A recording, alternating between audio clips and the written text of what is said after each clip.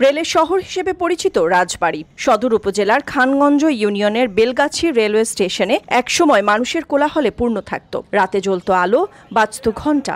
এখন আর আগের মতো কিছুই হয় না। বেলগাছি রেলওয়ে স্টেশন অযত্ন অবহেলায় এখন জরাজীর্ণ।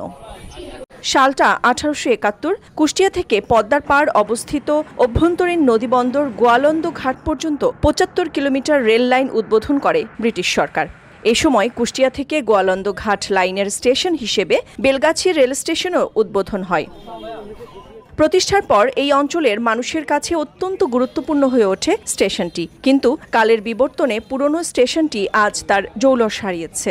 অবহেলা, অযত্ন আর সংস্কারের অভাবে স্টেশনটি পরিত্যক্ত, জরাজীর্ণ। রেল স্টেশনটি এখন শুধুই ইতিহাস। 2008 সালে স্টেশনটির সমস্ত কার্যক্রম বন্ধ হয়ে গেছে।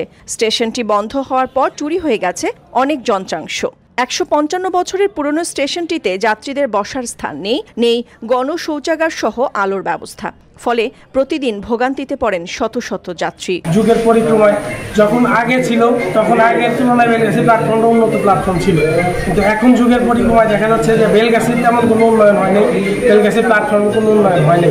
আপনি দেখতে পারেন যে এখন বৃষ্টি হচ্ছে, বৃষ্টির মধ্যে একটা যাত্রী ছাউনি, ভালো মানের একটা যাত্রী ছাউনি নেই, যাত্রীরা সব ভিজতেছে। সেরকম বসার জায়গা নেই বিধায় এখানে আমরা সাইডে দাঁড়িয়ে আছি, আর গরমের ভিতরে ওখানে বসারও সেরকম অবস্থা নেই। কোনো বসার জায়গা নাই, ওয়াশরুম নাই, স্টেশন সবকিছু আছে কিন্তু এই জায়গা নাই। এখানে বৃষ্টির মধ্যে ভিজায় দাঁড়াতে, কোনো দোকানদার করে দাঁড়াতে না দেয়, তাহলে বাইরে দাঁড়ায় দুর্ভোগ করতে হয়, বৃষ্টি ভোগ করতে। শত শত জনবল নিয়মিত রেল স্টেশন আসে, কিন্তু আপনারা দেখেন বেলগাছি রেল স্টেশনে একজন রেলের কোনো কর্মকর্তা, কর্মচারী, কর্মী কিচ্ছু নেই।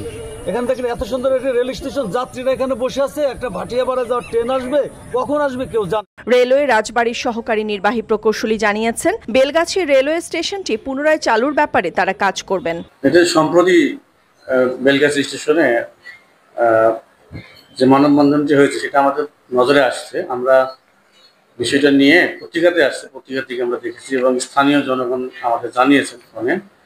আমরা বিষয়টা আমাদের ঊর্ধ্বতন কর্তৃপক্ষ নজরে নিয়ে আসবো এবং এ ব্যাপারে আমরা নিজেরাও আন্তরিক। এটা ঐতিহ্যবাহী স্টেশন, এলাকার জনগণের প্রতি শ্রদ্ধা রেখে আমি আমার ঊর্ধ্বতন কর্তৃপক্ষের কাছে আমাদের আবেদনটা আমি পৌঁছে দেব। 150 বছরেরও বেশি সময় পুরাতন স্টেশনটি দ্রুত চালুর ব্যাপারে উদ্যোগ নিতে জোর দাবি স্থানীয়দের। ঐতিহ্যবাহী স্টেশনটিকে বাঁচিয়ে রাখলে তা দেশের জন্য বিশেষ ভূমিকা রাখবে বলে মত বিশেষজ্ঞদের। নিউজ ডেস্ক, সারা বাংলা।